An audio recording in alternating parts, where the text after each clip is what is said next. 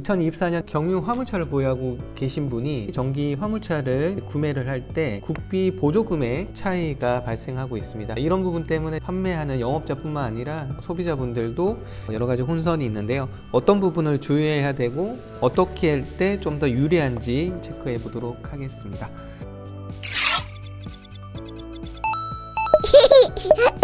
2014년 전기 화물차 보조금 지급에서 특이사항은 경유 화물차를 보유한 분이 전기차 구매로 인해서 기존에 보유하고 있는 경유차를 폐차를 할지 그대로 보유를 할지 차를 판매를 할지에 따라서 전기차 지원 보조금에 차등을 주겠다는 정책이 2024년에 시행이 됐습니다. 우선은 폐차할 때 유형을 먼저 확인을 해볼 텐데요. 보유하고 있던 경유 차량을 폐차를 한다면 국비 보조금을 50만 원 추가 지원을 받으실 수 있습니다. 단 소상공인 분이라면 국비 보조금에서 10%를 소상공인 보조금으로 받을 수 있으니까요. 기존 차량을 폐차를 한다면 65만 원의 보조금을 추가 지원받을 수 있게 되는 거죠. 13년 전기차 보조금 업무 처리 지침 시행 이후에 폐차한 건이 해당된다고 하니까 대략 2023년 2월 중순에서 3월 이후에 폐차를 하신 분이라면 여기에 해당되실 수 있을 것 같네요. 그래서 이 부분은 지자체에 별도 문의해 보시면 좋을 것 같습니다.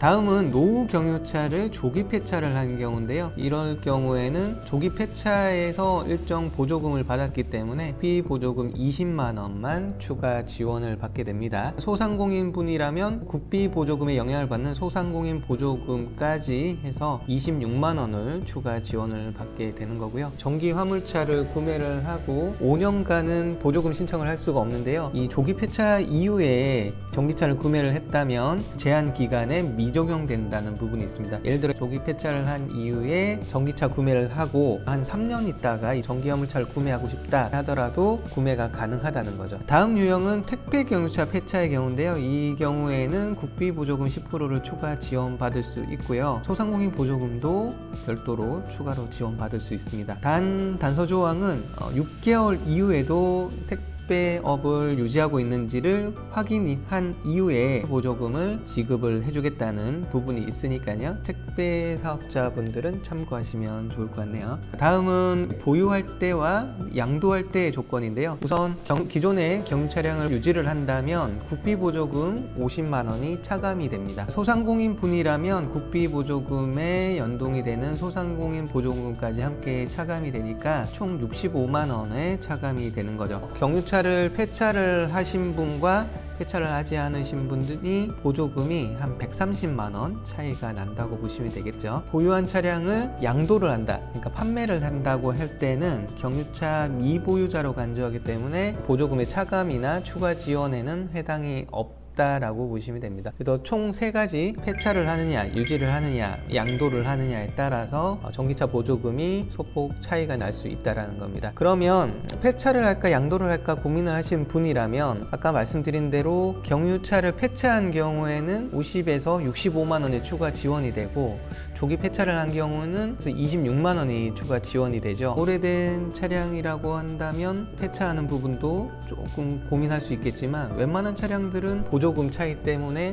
폐차를 유도를 할 수 있을지 이 부분은 의구심이 드는 정책인 것 같습니다. 그렇다면 실제로는 대부분은 양도 쪽으로 결정을 하지 않을까 싶어요. 조기 폐차 대비 플러스 빼서 26만 원 이상 중고차 시세가 나온다면 그냥 양도를 하는 게 가장 좋겠죠. 주의하실 부분은요, 판단을 하는 기준 시점이 언제인지에 따라 양도를 결정했다고 하더라도 유지로 판단이 돼서 보조금을 차감당하시는 경우들이 생길 수 있으니까 매각을 빨리 하셔야 된다는 부분이 있는데요. 그렇다면 이번에는 보조금을 신청하는 절차를 한번 살펴보고요. 어떤 시점을 기준으로 이분이 차를 폐차를 했구나, 차를 가지고 있구나, 경유차를 미보유하고 계시는구나를 판단하는지 기준 시점을 체크를 해보겠습니다.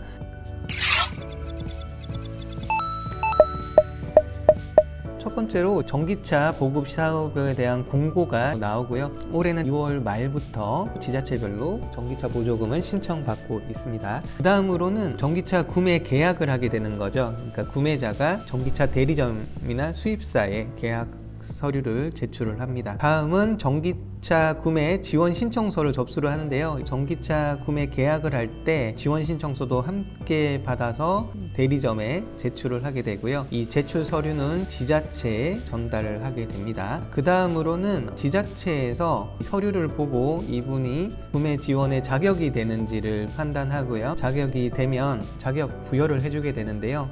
예전에 전기차 영업 기본 교육에서도 말씀드린 바 있지만 자격 부여라고 해서 전기차 보조금을 확보했다라는 내용은 아니에요. 자격 부여라는 건 자격 요건이 되는지를 보고 자격이 되는 사람이구나를 판단하는 단순한 서류 확인 절차라고 보시면 될 것 같아요. 그리고 자격 부여가 되면 소비자분들한테도 문자 알림이 가게 되고요. 이 자격 부여를 받고 나서 2개월 내에 차량 출고로 이어져야 된다는 부분이 있습니다. 다음으로는 지자체에서 대상자 선정을 하게 됩니다. 대상자 선정도 지자체에서 완료하게 되면 소비자에게도 문자로 안내가 되는데요. 이 대상자 선정이야말로 보조금을 최종 확보를 했다라는 뜻이고요. 단 10일 내에 대금 결제하고 차량 출고까지 완료를 해야 됩니다. 영업자분들은 여기서 주의하셔야 될 부분은 이 대상자 선정을 하기 전에 고객이 잔금을 입금할 수 있는 상황인지를 체크해야 되고요. 인도 희망일까지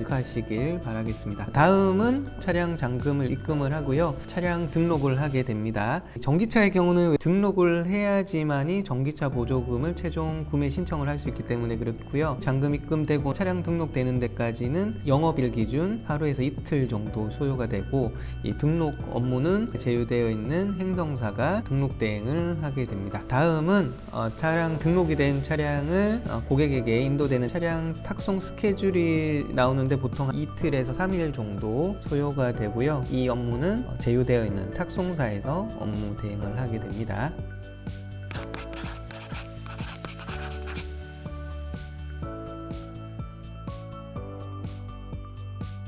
그리고 이 출고하고 나서 10일 이내에 지방자치단체에 보조금 지급 신청을 해야 됩니다. 보조금 지급 시점을 기준으로 경유차의 폐차 보유 미보유 상태에 따라서 최종 판단을 한다는 부분에 2024년도에 좀 특이한 부분입니다. 전기차 구매 계약하고 신청을 할 때 나는 이 차를 폐차를 하겠다 또는 매각을 하겠다라고 했는데 이 절차가 다 끝나고 나서 마지막에 지자체에 전기차 보조금 이제 지급해 주세요 하고 신청하는 이 시점을 기준으로 만약에 이 시점에 폐차를 하지 않거나 매각을 하지 않았다고 하면 기존에 집행을 하기로 했던 보조금에서 차감돼서 보조금이 지급되기 때문에 수입사는 구매자에게 추가 대금을 입금하라고 통보할 수 있는 이런 절차상의 되게 애매한 부분들이 생기게 됐습니다. 그래서 경유 화물차를 보유하고 계신 분이라면 보조금 환수라는 부분이기 때문에 지급 신청 이전에 매각이나 폐차를 꼭 하셔야 된다는 부분